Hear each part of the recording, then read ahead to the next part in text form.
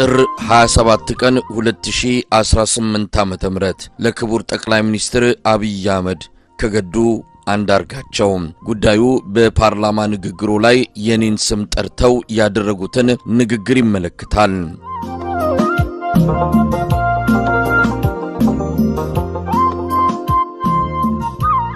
ጥር 26 ቀን 2018 ዓ.ም በፓርላማ ቀርበው ባደረጉት ንግግር ከኤርትራ ጋር የተፈጠረውን አለመግባባት መንስኤ በተመለከተ እኔን በእማኝነት ቆጥረው ማብራሪያ መስጠቶን ሰዎች ቆርጠው በላኩልኝ የቪዲዮ ቅጂ ተረድቻለሁ። እርሶ በዚህ ንግግሮ እንደገለጹት ጉዳዩ በታሪክ መዝገብ በአግባቡ ይቀመጥ ዘንድ የነበረውን ሁኔታ ምንም አይነት መጨመርም ሆነ መቀነስ ሳያስፈልገኝ በነጻ እንድገልጽ የእርሶ ንግግር አስገድዶኛል። በእኔ በኩል እንዲህ ባሉ የኤርትራንና የኢትዮጵያን ግንኙነት በሚመለከቱ ጉዳዮች አስተያየት ለመስጠት ፍላጎት አልነበረኝም። ምክንያቱም የነዚህ ሁለት እህትማማቾች ሀገሮች የግንኙነት ታሪክ በአብዛኛው በቁርሾ የተሞላ በመሆኑ በጥንቃቄና ኃላፊነት በተሞላበት መንገድ ሊያዝ ይገባዋል የሚል እምነት ስላለኝ የማውቀውን ጉዳይ በመሰለኝ መንገድ ለመናገር ወስኜ ነበር። መቼም የትግራይ ጦርነት ተጀምሮ በፕሪቶሪያ ስምምነት እስኪቆም ድረስ የኤርትራ ጦር ከኢትዮጵያ መከላከያ ሰራዊት ጎን ሳይሰለፍ የቀረበት ጊዜ ያለ አይመስለኝም። ሌላው ቀርቶ በ2013 ክረምት ላይ የትግራይ ኃይሎች ወደ አማራ ክልል አልፈው በገቡበት ወቅት የኤርትራ ሰራዊት እስከ ደብረታቦር አካባቢ ድረስ መጥቶ መዋጋቱን እናስታውሳለን። የኢትዮጵያ መከላከያ ሰራዊትና የኤርትራ ጦር በአንድ ላይ ወታደራዊ ኦፕሬሽን መስራት ያቆሙት በፕሪቶሪያው ድርድር የተኩስ አቁም ስምምነት መደረሱ ይፋ ከሆነ በኋላ ነበር። እስከዚያን ድረስ ግን የአንድ ሀገር ሰራዊት በሚመስል ሁኔታ አብረው ነበሩ። የቀረ ነገር ቢኖር በጦርነቱ መሃል ሁለተኛው ዙር ጦርነት እንዳበቃና የትግራይ ኃይሎች ከአማራ ክልል ከወጡ በኋላ ውጊያው ቆም ብሎ በነበረበት ጊዜ የኢትዮጵያ መከላከያ ሰራዊት አዛዦች በማዕረግ ሲንበሸበሹ የኤርትራን አዛዦች አለመጨመሩ ሊሆን ይችላል። ከዚህ ሁሉ ጥፋት በኋላ በአሁኑ ወቅት እርሶ የትግራይንም ሆነ የኢትዮጵያን ሕዝብ ይቅርታ ይጠይቃሉ ብዬ ስጠብቅ ጉዳዩን አዛብተው ሲያቀርቡ ሳይ ባነሱት ጉዳይ ላይ ብቻ ማብራሪያ መስጠትን መረጥኩኝ።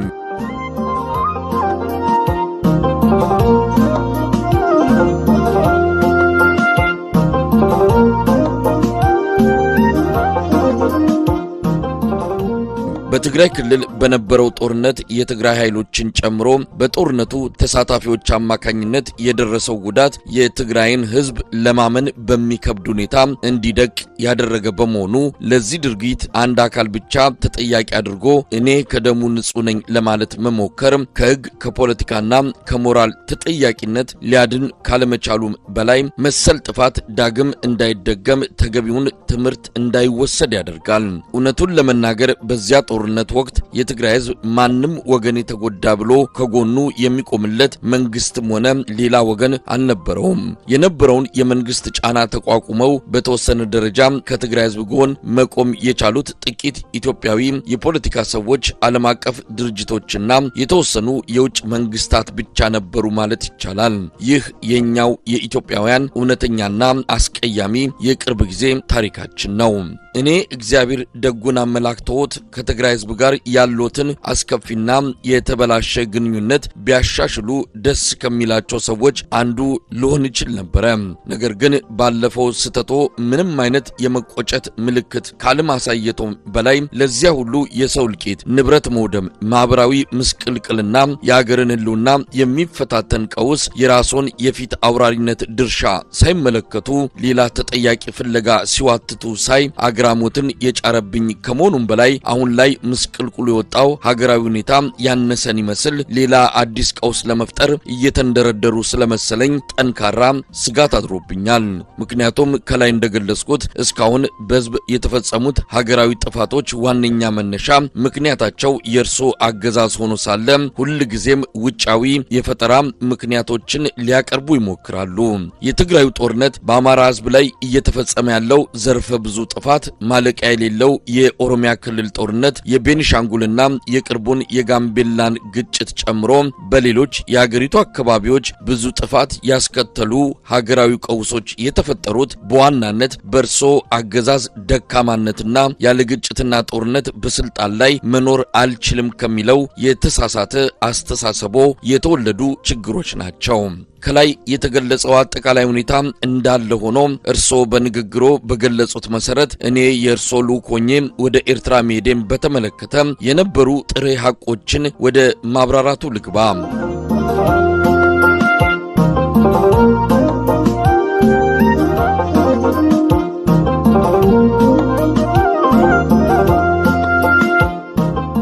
በመጀመሪያ ደረጃ የትግራይ ጦርነት ከተጀመረ በኋላ እኔ የውጭ ጉዳይ ሚኒስትር እንደነበርኩና በትግራይ ህዝብ ላይ የተፈጸመውን ወንጀል በተመለከተ መልእክተኛው ሆኜ ወደ ኤርትራ ተልኬ እንደነበረ በፓርላማ ንግግሮ የገለጹት ሙሉ በሙሉ ሐሰት ነው።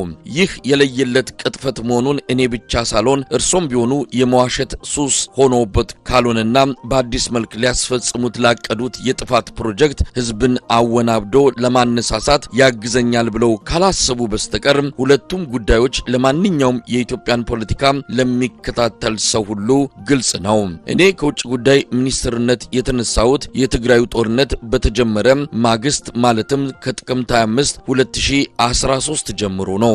መቼም ይህንን ጉዳይ ይዘነጉታል ተብሎ አይጠረጠርም። አሁንም ሌላ በህዝብና በሀገር ላይ ለመፈጸም የሚያውጠነጥኑት የጥፋት አሻጥር ኖሮ ለማምታታት የሚጠቀሙበት ነገር ከሌለ በስተቀር የኔ የውጭ ጉዳይ ሚኒስትርነትና ወደ ኤርትራ መሄድ የማይገናኙ ጉዳዮች ናቸው። ከትግራዩ ጦርነት ጋር ተያይዞ በህዝብ ላይ የደረሰውን ከፍተኛ ጉዳት በተመለከተ እርሶ ህዝቤን አታጎሳቁሉ የሚል መልእክት አሲዘው እኔን ወደ ኤርትራ የላኩኝ መሆኑን እንዳረጋግጥ ምስክርነት ጠርተውኛል። ክቡር ጠቅላይ ሚኒስትር ከዚህ ላይም ትልቅ ስህተት ፈጽመዋል። እኔ የማውቀው ሀቅ ከዚህ የተለየ በመሆኑ በዚህ ረገድ ጥሩ ምስክር ልሆኖት አልችልም። እንደርሶ ከእውነት ጋር የተጣላ ሌላ ምስክር ቢፈልጉ ይሻሎታል። እኔ ስለ ትግራይ ህዝብ ያለውትን አመለካከት እንድናገር ከፈለጉ የማውቀው እውነት እርሶ ከተናገሩት በእጅጉ የተለየ ነው። በእውነቱ ለመናገር በዚያን ወቅት የምር ከሚያስቆጣውትና ሌሎችን እንደ ጠላት እንዲያዩ ከሚያደርጉት ጉዳዮች ውስጥ አንዱና ምናልባትም ዋነኛው የትግራይን ህዝብ በደል ማንሳት ነበረ። ለኔው ለራሴ ያሉኝን ላስታውሶት። በ3 ሳምንት ውጊያ የህወሓትን ኃይል ሰባብረን መቀሌን ተቆጣጥረናል የሚለውን ደስታ ለማብሰር በተጠራው የሥራ አስፈጻሚ ኮሚቴ ስብሰባ ላይ የነበረን የግምገማ ሐሳብን መሰረት በማድረግ አንድ ሐሳብ አንስቼ ነበረ። ቀርቦ የነበረው ግምገማ የትግራይ ህዝብ በሰሜን እዝ ላይ የተፈጸመው ጥቃትም ሆነ በመከላከያ የተወሰደው ያጸፋ እርምጃ ዱብዳ ሆኖበት ከማንም ወገን ሳይሰለፍ ባይተዋር ሆኖ ጦርነቱን በገለልተኛነት ይመለከት ነበር የሚለው ነበረ።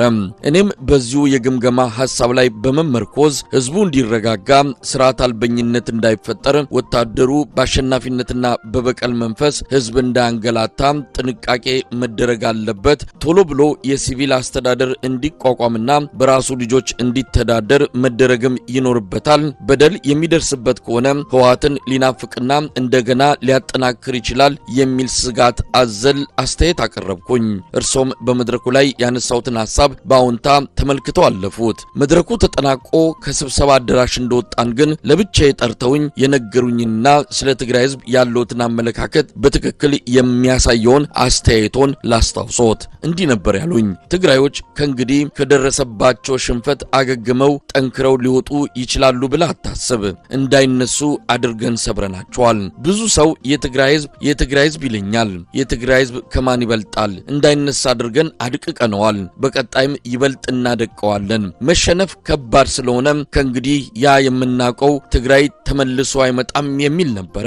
የትግራይ ኃይሎች ከአማራ ክልል ወጥተው ወደ ትግራይ ከተመለሱ በኋላ በዓለም አቀፉ ማህበረሰብ ዘንድ ተደራደሩ የሚል ግፊት እየተጠናከረ በመጣበት ወቅትም የሚከተሉት የድርድር ስልት ትግራይን ቀስ በቀስ እርባና ቢስ ማድረግ እንደሆነ በአደባባይ ስብሰባ ላይ የተናገሩት ሀቅ ነው። እኔ የማውቀውና ስለ ትግራይ ህዝብ ያሉት እውነተኛ አመለካከት ይህ ነው። ከፓርላማ ንግግሩ ትንሽ እውነታነት ያለው የኔ ወደ ኤርትራ መሄድ ነው። ቀኑን በትክክል ለማስታወስ ባልችልም ጥር መጀመሪያ አካባቢ 2013 ዓመተ ምህረት ላይ አንድ የውጭ ጉዳይ መስሪያ ቤት ባለስልጣን ይዤ የእርሶን መልእክት ለፕሬዝዳንት ኢሳያስ አፈወርቂ እንዳደርስ ልከውኝ በማግስቱ አስመራ ደርሼ ተመልሻለሁ።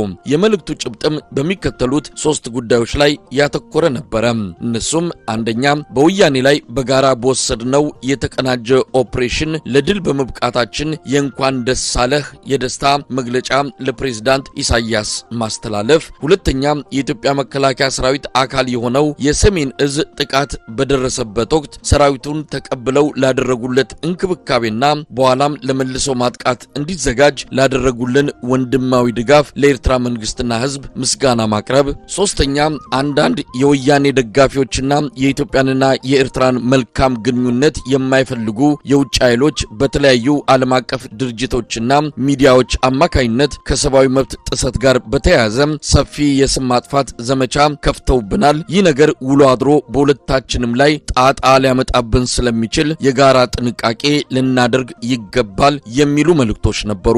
ለፕሬዝዳንቱ የሚቀርቡትን እነዚህን መልእክቶች ከገለጹልኝ በኋላ በኔ በኩል እንዲጨመር አንድ ጥያቄ አንስቼውሎት ነበር። ይኸውም ጦርነቱ መጠናቀቁን በይፋ ለህዝብ ተናግረናል። የዓለም አቀፉ ማህበረሰብ እየጠየቀን ያለውም የኤርትራ ሰራዊት ከኢትዮጵያ ከትግራይ እንዲወጣ ነው። ስለዚህ ለምን የኤርትራ መንግስት ሰራዊቱን እንዲያስወጣ በግልጽ አንነግራቸውም የሚል ነበር። እርሶ ግን ሰራዊታችሁን አስወጡ ብለህ በፍጹም እንዳትጠይቅ ብለው አስጠነቀቁኝ። ከዚያም የሰጡኝን ተልኮ ተቀብዬ ተለያየን። ከዚህ ውጪ የትግራይን ህዝብ በተመለከተ ያነሱልኝም ሆነ የሰጡኝ ምንም አይነት መልእክት አልነበረም። በወቅቱ የእርሶ ጭንቀት የተከፈተብን የሰብአዊ መብት ጥሰት ክስ ሊያስከትልብን የሚችለው ጣጣ ነው እንጂ የትግራይ ህዝብ ላይ የደረሰው መከራ በፍጹም አጀንዳውት አልነበረም። በማግስቱ በተዘጋጀልን አነስተኛ የኮንትራት አውሮፕላን ተሳፍረን አስመራ ደረስን። የኤርትራ ባለስልጣናት አስመራ ኤርፖርት ተገኝተው ከተቀበሉን በኋላ ፕሬዝዳንት ኢሳያስ ወደሚገኙበት ቦታ ወስደውን ለፕሬዝዳንቱ የያዝነውን መልእክት አቀረብን። በያዝነው መልእክት ላይ ምንም ያወዛገበን ነገር አልነበረም።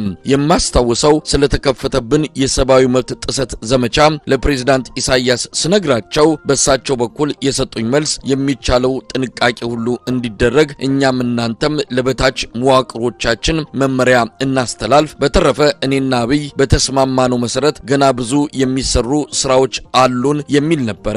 በሁለቱ መሪዎች አለ ስለሚባለው ስምምነት የማውቀው ነገር የሌለ ቢሆንም ውይይታችንን በሙሉ መግባባት ፈጽመን ወደ ሀገራችን ተመለስን። አዲስ አበባ በተመለስኩ በማግስቱ ለእርሶ ስልክ ደውዬ ከፕሬዝዳንት ኢሳያስ ጋር ስለነበረን በጎ ውይይትና የሰብአዊ መብት ክሱን በተመለከተ ሁላችን አስፈላጊ ጥንቃቄ ማድረግ አለብን ማለታቸውን ሪፖርት አቅርቤሎት የስልክ ንግግራችን ተቋጨ። እኔ የማውቀው እውነታ ይህ ነው። አመሰግናለሁ። ገዱ አንዳርጋቸው።